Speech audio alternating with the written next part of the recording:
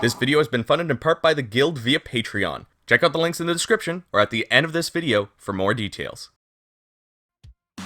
Hello everyone, my name is Gildart, and welcome to another Pros vs. Cons mini review. I love anime. I had a big weeb phase growing up where I wanted to consume all things anime. I would stay up late every Friday night just to watch some of the shows that were airing on YTV like Inuyasha and Gundam Wing. To this day, I'm still pretty big on anime to the point where most of my DVDs and Blu-rays are Japanese animation. But why am I talking about anime here? Well, today I'm taking a look at Kandagawa Jet Girls on PS4. I've reviewed a couple of racing games in the past with Fast Racing Neo and Hot Wheels Turbo Racing, but I feel like most people still don't know that I really like racing games. So, mixing anime and racing seems right up my alley, and this game comes from the creators of Senran Kagura, another game series I will be reviewing in the future. So, I'm expecting some solid gameplay and a good sense of humor. So now it's time to find out if this game lives up to my expectations. Alright, ready, set, Pros. Right from the get-go, the first thing I notice is how beautiful the anime-style cel-shaded graphics are. This looks great even on my base PS4. I don't know if it gets any upgrades with the Pro, but I honestly don't think it needs it. The character animations are incredibly smooth. I actually don't mind this way of doing the cardboard cutout scenes that I usually rag on. They do a good job of mixing up the animations to suit the story and characters. Speaking of the story, it's super wholesome and fun to play through. Usually with Senran Kagura, I end up skipping most of the story and get to the action, but here I want to know what's going on.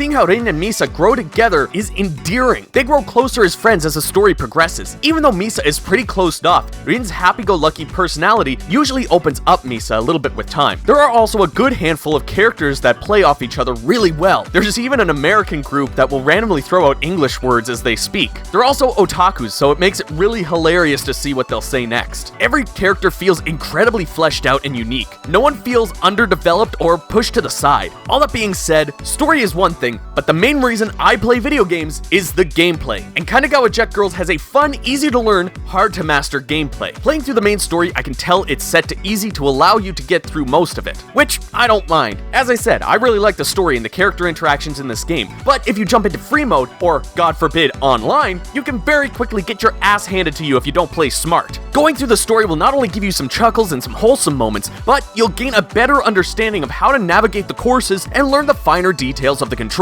There are quite a few ways to get to the finish line. You can play normally like any old racing game where you just turn left and right and boost when you can. But there are elements to Kandagawa Jet Girls that differentiate it from the rest. First off, you can tilt the nose of your jet ski up or down, which will make you go faster at the expense of control or slow you down for sharper turns. When going off jumps, you can better land your jet ski by holding back on the analog stick, but if you let yourself hit the water normally, you may slow down, but it will give you a bit more boost. You can also earn more boost by doing tricks when you go off jumps. You may have noticed that you have two characters riding the jet ski. One does the driving while the other does the attacking. You kind of control both at the same time, which can take some getting used to. You can hit circle, which will make your attacker shoot anything that's in front of you. This can damage other racers, but it can also get rid of nasty obstacles in your way. You'll also find other weapons as you're driving around, which can be used by pressing square. You can also press back on the analog stick and square, and your attacker will turn behind you. The driver will turn automatically, and you will need to aim at the drivers you attack. If your boost is maxed out, you can expend it all to do a special attack, which will use the current weapon you have equipped and attack the racers in front or behind you. You absolutely have to learn how to use all of these to your advantage in order to get the first place on the harder difficulties. And of course, this wouldn't be a game developed by the team behind Senran Kagura if you couldn't customize all the characters. You can customize every little bit of the characters, from their hairstyle to what accessories they have. You can also change their casual look as well as their racing look, which is really cool in my opinion. You can also customize your jet ski. This game gives you a lot of customization options, and once I unlock them all, I will probably start trying to make other characters from other games. One last thing that I'll mention is the music. I would actually listen to this on a normal day. While writing this script, I have the game at the main menu, and I am seriously just enjoying the music, man. I wish I could have afforded the collector's edition so I could have this music on my iTunes, but alas, the life of a small YouTuber doesn't provide that much expendable income. That being said, if you are able to find the collector's edition, the soundtrack is worth the extra price alone. And that's all the positives I have for now. Let's jump into the wrath of the cons!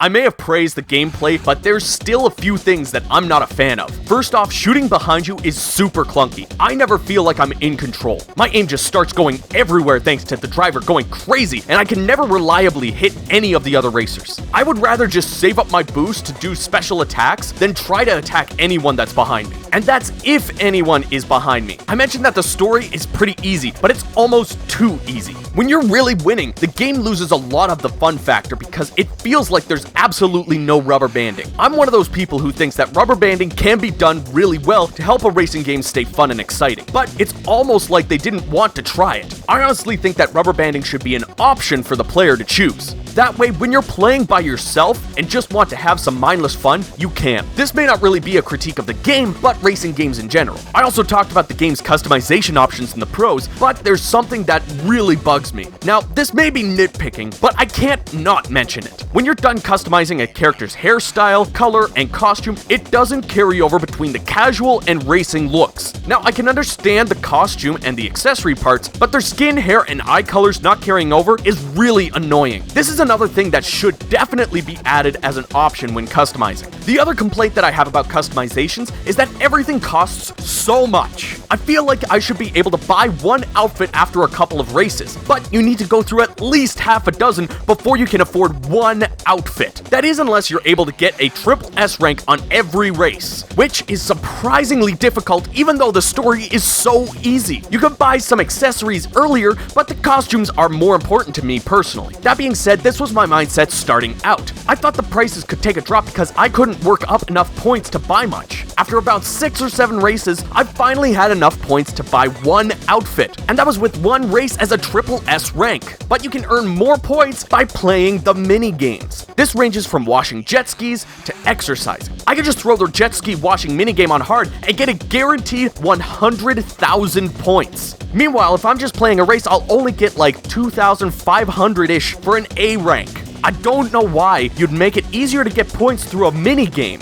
I'd rather be playing the game that I bought. I wouldn't mind if they gave you about the same amount of points, but for the mini-game to give you this much more is just ridiculous.